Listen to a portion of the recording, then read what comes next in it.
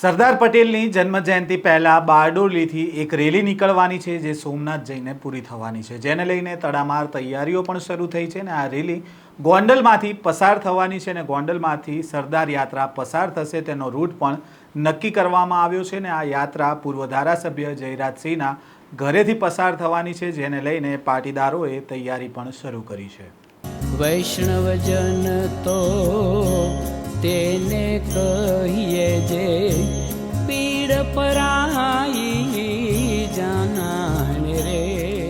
સરદાર પટેલની જન્મજયંતિ પહેલાં બારડોલીથી એક રેલી નીકળવાની છે જે સોમનાથ જઈને પૂરી થવાની છે। આ યાત્રા ગોંડલમાંથી પસાર થવાની છે, જેને લઈને ગોંડલમાં એક બેઠક પણ યોજાઈ હતી, જેમાં આ યાત્રાના રૂટ અને સ્વાગતની તૈયારીઓ અંગે ચર્ચા પણ કરવામાં આવી હતી। 18 સપ્ટેમ્બરે ગોંડલમાં આ યાત્રા પહોંચશે અને સરદાર યાત્રા 11 સપ્ટેમ્બરના રોજ બારડોલીથી શરૂઆત થવાની છે, જે 22 સપ્ટેમ્બરના રોજ સોમનાથ ખાતે સમાપન થશે। સરદાર યાત્રા ગોંડલ તાલુકાના રીબડા, પીપળિયા, ભરૂડી થઈને ગોંડલ શહેરમાં પહોંચશે અને આ બેઠકમાં પાટીદાર અગ્રણી રાજુ સખિયા, પિયુષ રાદડિયા સહિતના લોકો હાજર રહ્યા હતા અને આ જે યાત્રા ગોંડલમાં આવવાની છે તેને લઈને તેમણે શું કહ્યું છે તેમને પણ સાંભળીએ। સૌના સરદાર જય સરદાર। આગામી સરદાર વલ્લભભાઈ પટેલની 150મી જન્મ જયંતિની ઉજવણીના ભાગરૂપે ગોપાલભાઈ ચમારડી દ્વારા બારડોલીથી સોમનાથ સુધીની સરદાર સન્માન યાત્રાનું આયોજન થઈ રહ્યું છે।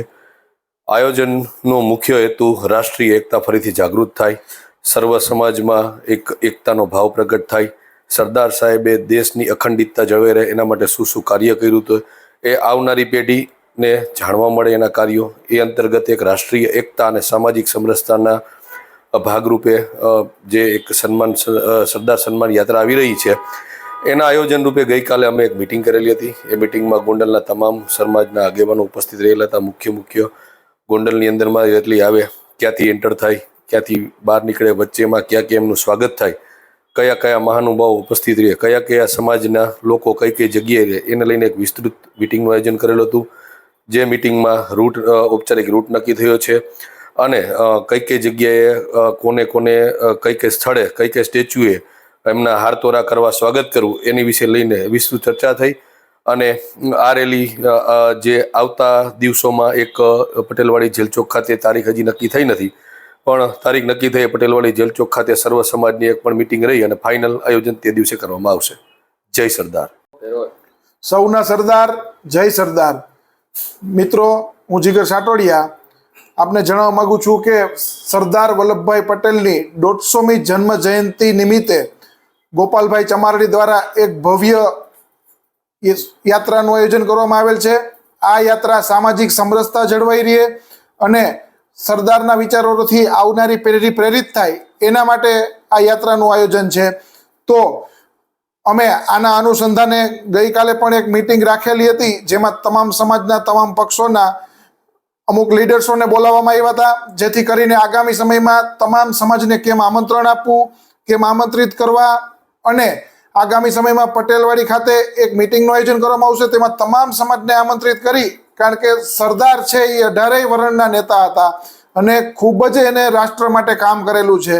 તો આના અનુસંધાને આગામી તમામ રાજકીય પક્ષો સાથે મળી, તમામ સંગઠનો સાથે રહેશે અને તમામ સમાજના આગેવાનો મિત્રોને સાથે લઈ અને કાર્યક્રમ યોજવામાં આવશે અને 18 વર્ણ છે એ આવનારી તારીખ જ્યારે યાત્રા આપણા ગોંડલમાં પ્રવેશવાની છે 18 તારીખે, ત્યારે તમામ સમાજ 18 વર્ણ તેમનું ગોંડલમાં ભવ્ય સ્વાગત કરશે। આની ખૂબ જ તૈયારીઓ કરવામાં આવી રહી છે। તો આપ સૌને પણ આ યાત્રામાં જોડાવા માટે હું આમંત્રિત કરું છું ને આગામી મિટિંગ અને કાર્યક્રમ છે એ નક્કી કરવામાં આવશે, જેથી કરીને જે પણ જણાવવામાં આવશે બધાને ફોન કરી અને તમામ સમાજને આમંત્રણ આપવામાં આવશે, તમામ રાજકીય પક્ષોને આમંત્રણ આપવામાં આવશે અને આ મિટિંગનું આયોજન પટેલવાડી ખાતે રાખવામાં આવશે। તો સૌને જોડાવા અપીલ કરું છું। જય સરદાર, વંદે માતરમ, ભારત માતા કી જય। સરદાર યાત્રાના શહેરમાં પ્રવેશ્યા બાદ આશાપુરા ચોકડી, અક્ષર મંદિર થઈને કોલેજ ચોક થઈને આ યાત્રા છે તે આગળ વધવાની છે, પરંતુ અહીંયા ઉલ્લેખનીય છે કે અગાઉ ગોંડલમાં અલ્પેશ કથેરિયા, જીગીસા પટેલ, ધાર્મિક માલવિયા સહિતના પાટીદાર નેતાઓ પહોંચ્યા હતા। ગણેશ જાડેજાની ચેલેન્જને સ્વીકારીને જ્યારે પાટીદાર ગોંડલ ગયા હતા ત્યારે તેમને કાળા વાવટા બતાવવામાં આવ્યા હતા, તેમની ગાડીઓના કાચ ફોડી નાખવામાં આવ્યા હતા અને આ મામલો પોલીસ સ્ટેશન સુધી પહોંચ્યો હતો અને ફરિયાદ પણ નોંધાઈ હતી. તેવામાં સરદાર યાત્રા ગોંડલમાંથી નીકળવાની છે ત્યારે પૂર્વ ધારાસભ્ય જયરાજસિંહ જાડેજાના ઘરના પાસેથી આ રેલી નીકળવાની છે અને આ રેલીનું સ્ટોપ પણ ત્યાં રાખવામાં આવ્યું છે અને સૂત્રો તરફથી જાણકારી મળી રહી છે કે પક્ષાપક્ષી ભૂલીને પાટીદાર આગેવાનો છે તે આ યાત્રામાં જોડાવાના છે. પૂર્વ ધારાસભ્ય જયરાજસિંહ જાડેજાના ઘર પાસેથી જ્યારે આ યાત્રા પસાર થવાની છે અને ત્યાં સ્ટોપ રાખવામાં આવ્યું છે અને આ રેલીનું સ્વાગત પણ કરવામાં આવશે. અગાઉ ગોંડલ ગયેલા જિગીસા પટેલ, અલ્પેશ કથિરિયા સહિતના પાટીદારો આ વખતે પણ આ યાત્રામાં જોડાશે તેવી શક્યતા છે ને તેવામાં જ્યારે પાટીદાર નેતાઓ યાત્રાને લઈને ગોંડલ પહોંચશે ત્યારે હવે શું નવા જૂની થવાની છે તેને લઈને અનેક ચર્ચાઓ પણ છે. આ સ્ટોરીને લઈને તમારો શું મત છે કોમેન્ટ બોક્સમાં જરૂરથી જણાવજો. વધુ સમાચાર જોવા માટે નવજીવન ન્યૂઝ સાથે જોડાયેલા રહો. નમસ્કાર. વૈષ્ણવજન તો તેને કહીએ જે પીડ પરાઈ.